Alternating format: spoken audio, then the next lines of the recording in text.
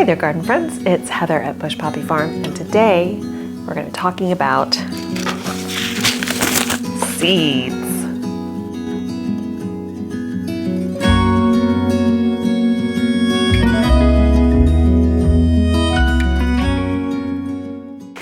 So it's still really hot outside, 110 degrees the last 2 days. Today it's cooler at only 101 degrees.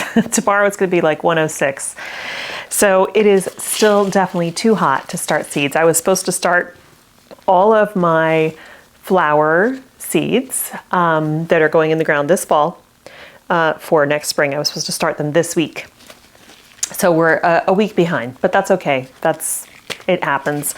But I wanted to share with you what I'm going to be growing for flowers coming up in the spring.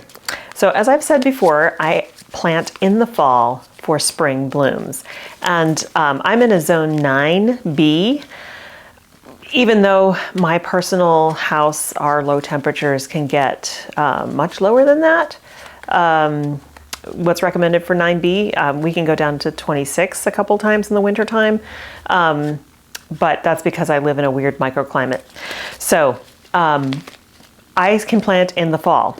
Lots of folks can plant in the fall. Some people up to zone 5 can plant in the fall for spring blooms. It's really a great idea. If you've never done it before, you should give it a try. Whether it's flowers or vegetables, just read your seed packets and they'll let you know if you can plant in the fall. If you can, I would say go for it, because what this does for you is in the fall, once you plant, you have a couple of months or weeks before your first frost for the root systems to start getting developed. You'll put on a little bit of vegetative growth, and then they'll kind of sit dormant for most of the winter. But then first thing in the spring, they will take off because they've had the winter to kind of push new roots into the soil. And so it's really, really effective for getting the earliest possible blooms in the spring, and for having a much longer spring season. It just is effective, it works. So I've already talked about the stuff I've got growing in the greenhouse right now that's gonna be vegetables in the front garden, and I'll keep planting more and more of that stuff. That will get transplanted out in about a month. But I need to start seeds for all of these guys. Our weather is supposed to be cooling down finally this weekend, and hopefully we won't get another heat wave between now and when our first frost hits in November, but you never know. So I'm going to move forward as planned and try to start sowing seeds this weekend, but there's so many to sow, it's going to take me a while. I just received some seeds. I'm constantly ordering seeds. In fact, today was Floret's fall seed sale with their cold hardy annuals and their sweet peas. And I did some impulse buying because I don't really need more, but Floret offers some varieties that you just can't get anywhere else because they grow them and breed them on the property, and they're their own select seeds. And so I did buy a few packets there, and I'll share those with you when they come. I also got some packets from Peaceful Valley. Peaceful Valley I use for lots of different things. They have fruit trees. I have a bunch of fruit trees from them coming, which is going to be really fun. I can't wait to share those with you for the front garden. So I did just buy 4 seed packets from them, and these are not necessarily for the flower garden. I got bouquet dill, which I will use both at home and in the flower garden. And then for next year, I got the Moon and Stars watermelon. I've been wanting to grow this for a long time, so I'm looking forward to that. That's not till next year, obviously, because that's not a cold season annual. And watermelon radish. These seeds can be hard to come by these days. So I got a new packet of that, and then Tulsi basil. I love Tulsi. I use it dried for teas and fresh for teas, and it just smells lovely. So I'll be growing that at home too. Now, flowers that are going out of the farm. Some of these will go in our home garden too, but for the most part, these are for the farm, and they'll be on a mass scale. So let's see, we've got Agrostemma, Purple Queen, and Ocean Pearl. So the Purple Queen is actually more of a blue color, and Ocean Pearl, I grew this year, and I loved it. It was my first time growing it. I loved it. I thought it was fantastic. Beautiful, really productive, delicate white flowers, perfect for the springtime. So also to let you know, some of these seeds I get from GeoSeed in large packs as a grower. Some of my seeds I get from the Gardener's Workshop, and I get some of them from Johnny's and from Botanical Interest and from Baker Creek, and of course Floret. So a whole wide variety of purveyors of seeds. I just like seed shopping. Just like I love to collect yarn, I do use it, and I do use the seeds, but it's become an addiction at this point. Okay, so we've got the agrostemma, and then now we move into the Ami Magus. I've got Graceland here, and Green Mist. And then for bachelor's buttons, it's so funny. Every year I say, oh, I'm not growing bachelor buttons again because they're such a pain in the butt to harvest. But they're so productive and they're really pretty, and a lot of people like them. They're very nostalgic, kind of like sweet peas. So I've got Blue Boy and a choice mix. This is from Johnny's, so there's no picture here. Classic Magic, which I'll show you a picture of, and Black Magic. I'll try to put photos in here where I can. Any photos that are in this video, I will credit to probably Johnny's. And if there's anybody else to credit to, I'll put it all down in the description box. Okay, calendula. I'm not growing these for row crops. Again, they'll go in the border beds at the farm around the greenhouse, but more Ivory Princess and more cantaloupe. It's just really pretty. So that's that. And then for the first time, I am going to try Chinese Forget-Me-Not Cynoglossum. This is called Firmament. And I've heard it's a really great filler flower. And then my favorite Daucus to grow, chocolate lace flower, Ami Magus. It's not Ami Magus, it's Ami Dara. And it's just beautiful. I love it. It gets big, gorgeous heads, and then the seed heads are also really beautiful. And then, of course, Feverfew. I enjoyed the Feverfew so much this year. I loved it. So I have Vegmo Snowball Extra and Vegmo Yellow. And I'm growing some more Gara. That is, this particular variety is called the Bride. I have it in my cottage garden.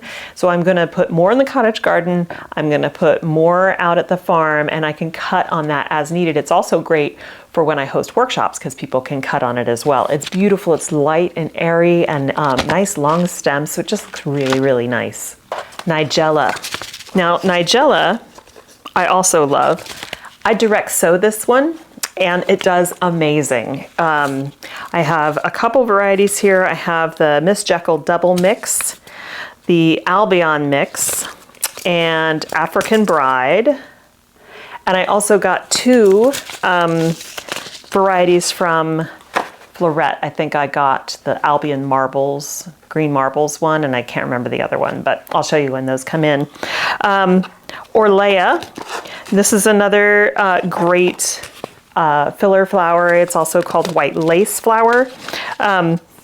I had a whole bunch of that this year with much longer stems, so it was really great to fill. It's one of the umbellifers, so like similar to Dara and Ami Magus, it gives you this like lace cap that's great in a bouquet.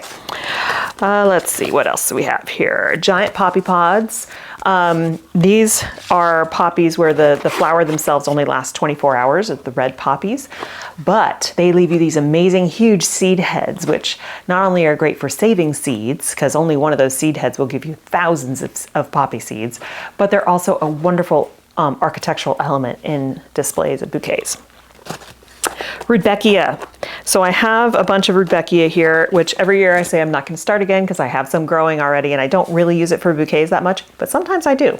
So I'm going to put a bunch of Rudbeckia out at the farm and also here in the cottage garden where there's space. So there is Rudbeckia hirta Irish Eyes, Rudbeckia hirta Cappuccino, and Cherokee Sunset. And then I'm going to plant a whole bunch, both here in my cottage garden and at the farm, Rudbeckia triloba Prairie Glow. This is a perennial Rudbeckia. The other ones are perennial for me here in zone 9, but this one is a true perennial. It has thousands of smaller, traditional, yellow with the brown eye, the black-eyed Susan look, Rudbeckia, and it's wonderful. So that is excellent for cutting, whether I'm having workshops or just putting in bouquets myself. So I'm definitely going to have that as well. Again, not a row crop, but out of the farm and here in the cottage garden. Scabiosa, again, every year I say I'm not going to do these again because they're also a pain to harvest, but they're so productive and they have multiple stages of harvest, which is great. So this one is a new one for me this year. It's called Star Flower. So it doesn't look like the traditional Scabiosa, but it's really cool. Then I have a formula mix from Baker Creek, which I already grew this year. It was really nice, lots of color. I have another pincushion mix, and then the two that I always grow, Fire King and Black Knight. So those are the Scabiosas for this coming year. Oh, now we get into snapdragons. So snapdragons, you guys know the story behind that. So last year in the fall, last October, I planted, for the first time ever, I'd never grown snapdragons before, and I planted multiple rows. I have probably 80 feet of snapdragons. And they were doing great. Heading into December, they looked beautiful. They'd put on a lot of growth. They were about this tall, and I covered them with hoop and row cover for the frosts that we were starting to get. And then it was either December or January, I started lifting the covers to check on them, and rodents had gotten them. And there was literally nothing left. Just little tiny stems. The rodents also ate my ranunculus, everything. The ranunculus did come back, and actually a bunch of the snapdragons did too, but I didn't know they were going to come back. I assumed they were a lost cause. So I ordered a couple of trays of snapdragon plugs from Farmer Bailey, and they were wonderful and they were productive. I still have some out there. It is September. It has been brutally hot. They're still producing flowers. They don't look great at this point, and I wouldn't harvest them, but it was astounding. So I have said this is a for sure grow from now on. And there are so many varieties to choose from with snapdragons, and they come, can't remember what it's called, but basically there's some early blooming ones, middle season blooming ones, and late season blooming ones. And so if you get a mix of those, then you'll have snapdragons for a really long time. So the ones that I'm growing this year, coming up are, this is just a blend from Botanical Interest. It's called the Tall Maximum Blend. And then the ones from actual flower farmers, I have Sunset Dragons, Opus Early Bronze. This is one of the early blooming ones, obviously, as per the name. Opus Fresh White. I think the whole Opus series is early. Snapdragon Potomac Mix. I did the Potomac Mix last year, a couple different colors, the apple blossom and the lavender, and it was amazing. Snapdragon Madam Butterfly Mix. Bridal Pink. Early Bronze, another Opus Early Bronze packet because I love that color, and I want to make sure I have enough. And Potomac Ivory. Now, that's a lot of snapdragons. I'm going to have to make some decisions on exactly how many of each I'm going to start.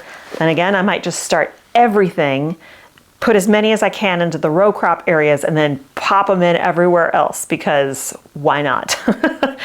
Okay. Next up is Status. So again, this was one last year that I said, oh, I'm just not going to grow it again. And I put some in the ground anyway, and it has been amazing.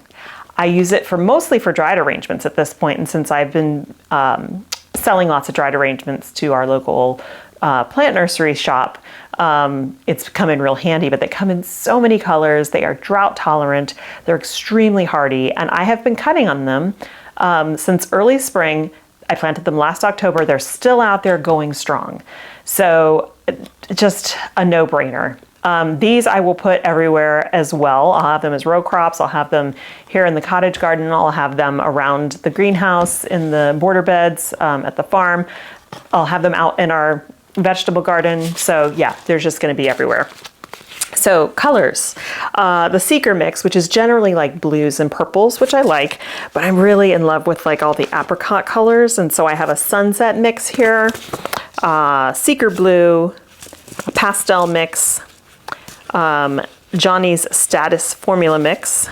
That's it. So I really love those, like I said, sunset colors, the apricots, the peach and gold. So pretty. All right, stock, the next flower that I also said I wasn't going to grow again, but it did a really great job for me this year. So what I did was I tried to choose with stock. There are some varieties that produce only singles and some that produce doubles and some that it's like a mixed bag. You don't know what you're going to get. And you can, at the time it's a tiny seedling, select for singles and doubles based on what the seedling looks like. I don't go to that much trouble because I can still use the singles, but I tried to select varieties this time that were mostly double. So I have a Cat's Yellow, a Buttercream. This one's from Floret. It is so beautiful. Buttercream is the perfect description for it. And it's pretty much all doubles, which is wonderful. Cat's White. The Cat series tends to be mostly double. I have Cat's Cherry Blossom, which is going to be really cool. Apricot, Avalanche Supreme, Cat's Formula Mix, the Iron series. I have purple and apricot. Yeah, and that's it for stock. Now, stock is oftentimes one of the very first flowers that comes up in the spring, and they are very fragrant. So you can have those mixed with your narcissus and your tulips, and it's a lovely pairing. So now we move into straw flowers. Again, another flower that I was like, I don't know if I'm going to grow this again. But so I don't really use it in fresh arrangements, but dried, it's amazing, and they have beautiful colors. So here's the colors I'm doing next year. I'm doing the king size mix, which is a bunch of different, like kind of the strong bright colors like red and orange. Silvery Rose. This one is stunning. I didn't have that many this year, and I wish I had a lot more, so I'm going to grow a lot more. It's like a whitish silver with a pink center. It's beautiful. Vintage White, apricot mix, because of course I love those colors. Sultane mix, that's more of like the bright sunshiny colors. Creamy white, purple red. That one's really cool. It's a dark purple, purplish red outside, petals, and the inside is a bright yellow. It's really cool. And let's see what else. Raspberry Rose, and of course more Silvery Rose, because I had to make sure I had enough of that. So that is what I'm planting next week. Those are the seeds I'm starting, well, this weekend. So that is in the flower farming world, and actually the farming world in general. We talk about planting and doing all of our farm chores and stuff based on the week, the number of the week of the year. So there's 52 weeks in a year. This week that we're currently in is week 36, and so this is the week that I'm starting all of those seeds that are going to go in the ground in the fall. Now, I do have some other seeds that I'm going to start that will go in the ground week 51. That is literally the week right around Christmas time. And the reason I start these then is that they take quite a while to germinate and they take a while to get going. So there's plenty of time for them to do what they need to do in the greenhouse before I put them out. And they can handle frost too. Dusty Miller, Silver Dust. I love Dusty Miller.